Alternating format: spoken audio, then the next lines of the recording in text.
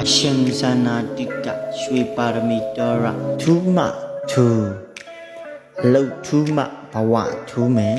ထူးမထူးဆိုတဲ့စကားရက်ကပြောသူရဲ့နှလုံးသွင်းပေါ်မူတည်ပြီးနားထောင်သူရဲ့နှလုံးသွင်းပေါ်မူတည်ပြီးအဓိပ္ပာယ်အမျိုးမျိုးတက်ရောက်နိုင်ပါတယ်အကျမ်းပြင်းအားဖြင့်တော့အဓိပ္ပာယ်နှစ်မျိုးပေါ့ထူးမထူးဆိုတဲ့စကားအသွားအလာမျိုးကိုဦးဇင်းတို့မွန်ပြည်နယ်မှာအသုံးများလေးရှိတယ်အစားအသောက်လေးတစ်ခုစားလို့ကောင်းတယ်ဆိုရင်ဘယ်လိုပြောတာလဲကောင်းမှကောင်းကောင်းမှကောင်းဆိုတာကောင်းတယ်တိတ်ကောင်းတယ်အလွန်ကောင်းတယ်အရန်ကောင်းတယ်အကြီးအကျယ်ကောင်းတယ်ရဲရဲဆက်ဆက်ကောင်းတယ်ရှယ်ကောင်းတယ်ဒီလိုဆိုလိုတာပါအနက်အသက်ကတိတ်နမ်းပြီးဆိုရင်ဘယ်လိုပြောကြတယ်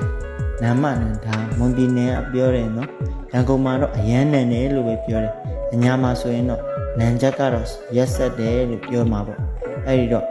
တိတ်ကောင်းတယ်ဆိုရင်ကောင်းမှကောင်းတိတ်နန်တယ်ဆိုရင်နန်မှနန်တိတ်ဆိုးတယ်ဆိုရင်ဆိုးမှဆိုးတိတ်လှတယ်ဆိုရင်လှမှလှတိတ်များတယ်ဆိုရင်များမှများတိတ်နဲတယ်ဆိုရင်နဲမှနဲတိတ်ချစ်တယ်ဆိုရင်ချစ်မှချစ်တိတ်မုန်းတယ်ဆိုရင်မုန်းမှမုန်းမှဟိုတိတ်ဆိုတဲ့အဓိပ္ပာယ်အရန်ဆိုတဲ့အဓိပ္ပာယ်ယူလိုက်ရပေါ့မှရဲ့ရှေ့ကနောက်မှပါတဲ့စကားလုံးထတ်တူကရိယာပိုးပြီးလေးနဲ့သွားပိုးပြီးကြီးကျယ်သွားစံချိန်မြင့်တင်လိုက်တာပါဒီတော့ထူးမထူးဆိုတာလေတိတ်ထူးတယ်အရန်ထူးတယ်အလွန်ထူးတယ်အမတန်ထူးတယ်အကြီးကျယ်ထူးတယ်ရဲရဲဆက်ဆက်ထူးတယ်ရှယ်ထူးတယ်လို့အဓိပ္ပာယ်ရတယ်ဦးဇင်းတို့ရေနံချောင်းဘက်မှာတော့ရေနံချောင်းကအညာမဟုတ်ဘူးရေလက်အရန်ထူးတယ်လို့ပြောချင်ရင်ထူးတာကတော့ရဲဆက်တယ်ထူးချက်ကတော့ရဲဆက်တယ်ထူးလိုက်တာရဲရဲဆက်ဆက်စသည်အပြင်ရဲဆက်တယ်ဆိုတဲ့ကောင်းသုံးပြီးအမွန်းတင်ကြတယ်ကောင်းတာဆိုရင်အမွန်းတင်တယ်ဆိုးတာဆိုရင်အညွှန်းတင်တယ်ပေါ့သမင်းကလည်းစားလို့ကောင်းလိုက်တာရက်ဆက်တယ်ဘသူတို့များချောချက်ကတော့ရက်ဆက်တယ်သူစားတော်ချက်ကတော့ရက်ဆက်တယ်သူတို့နှစ်ယောက်ကချစ်တလားမမိန်နဲ့ရက်ဆက်တယ်ဆိုတဲ့စကားမှာအရန်ချီးမွမ်းရင်လည်းပါတာပဲအရန်ကဲ့ရဲ့ရင်လည်းပါတာပဲအရန်ချီးမွမ်းခြင်းရက်ဆက်တယ်အရန်ကဲ့ရဲ့ခြင်းရက်ဆက်တယ်တိတ်ရက်ဆက်တယ်ဆိုတဲ့စကားမျိုးတွေမှာ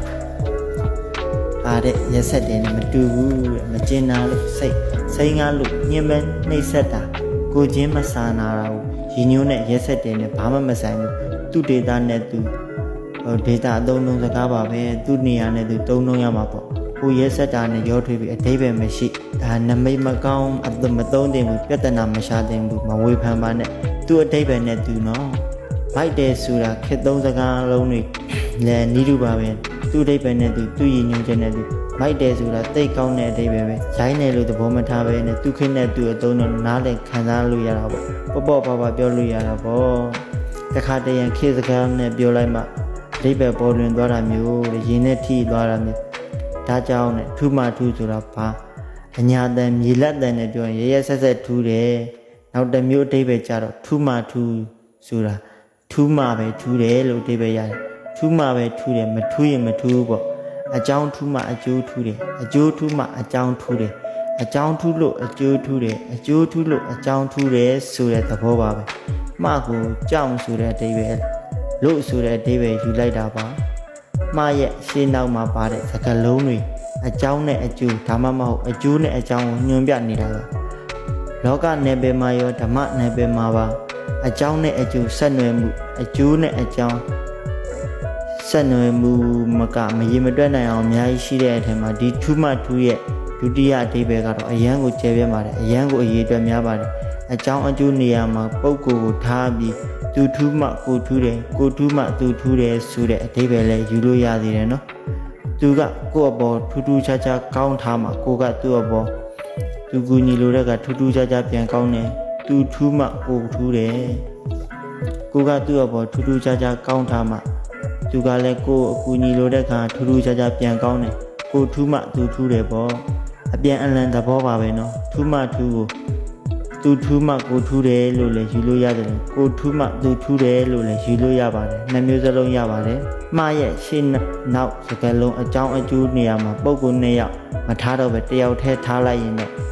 အဲ့ဒီတယောက်တည်းရဲ့သဘောတရားအကြောင်းအကျိုးတွေဖြစ်သွားမှာပေါ့ကိုအကြောင်းနဲ့ကိုအကျိုးတခြားသူနဲ့မနိုင်ရှင်တော့ပဲကိုတယောက်ထဲနဲ့ပဲနိုင်ရှင်မယ်ဆိုရင်တော့ထူးခြားတဲ့ပုဂ္ဂိုလ်ဖြစ်ခြင်းနဲ့ဆိုရင်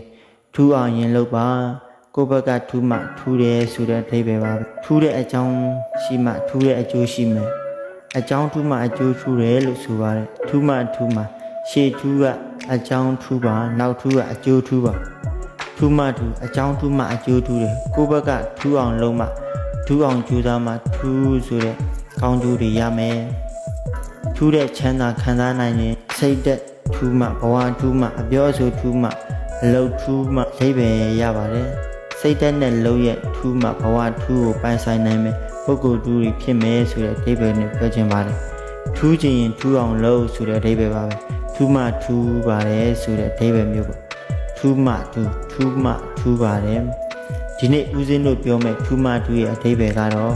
စိတ်ဓာတ်နဲ့လုံးရဲ့ထူးမှဘဝထူးကိုပိုင်ဆိုင်မယ်ပုဂ္ဂိုလ်ထူးဖြစ်နိုင်တယ်ထူးမှပဲထူးပါတယ်ထူးအောင်စိတ်ထားမှထူးအောင်အလုံးလုံးမှထူးတဲ့ပုဂ္ဂိုလ်ထူးတဲ့ဘဝပိုင်ရှင်ဖြစ်နိုင်ပါတယ်ထူးမှထူးပဲဖြစ်ပါတယ်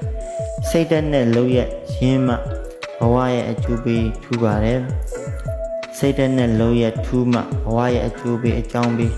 အချင်းချင်းပြောလိုက်ရပါတယ်အသေးစိတ်ပြောမယ်ဆိုရင်တော့အများကြီးပေါ့အသိဉာဏ်အတွေးအခေါ်အယူအဆခံယူချက်နှလုံးသွင်း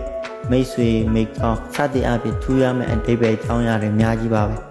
စိတ်ဓာတ်နဲ့လုံးရဲ့ထူးမှဘဝထူးကိုပိုင်ဆိုင်တဲ့ပုဂ္ဂိုလ်ထူးလည်းဖြစ်မယ်ဆိုတာဟာဒီပုဂ္ဂိုလ်ကတော့ထူးမှပဲထူးပဲ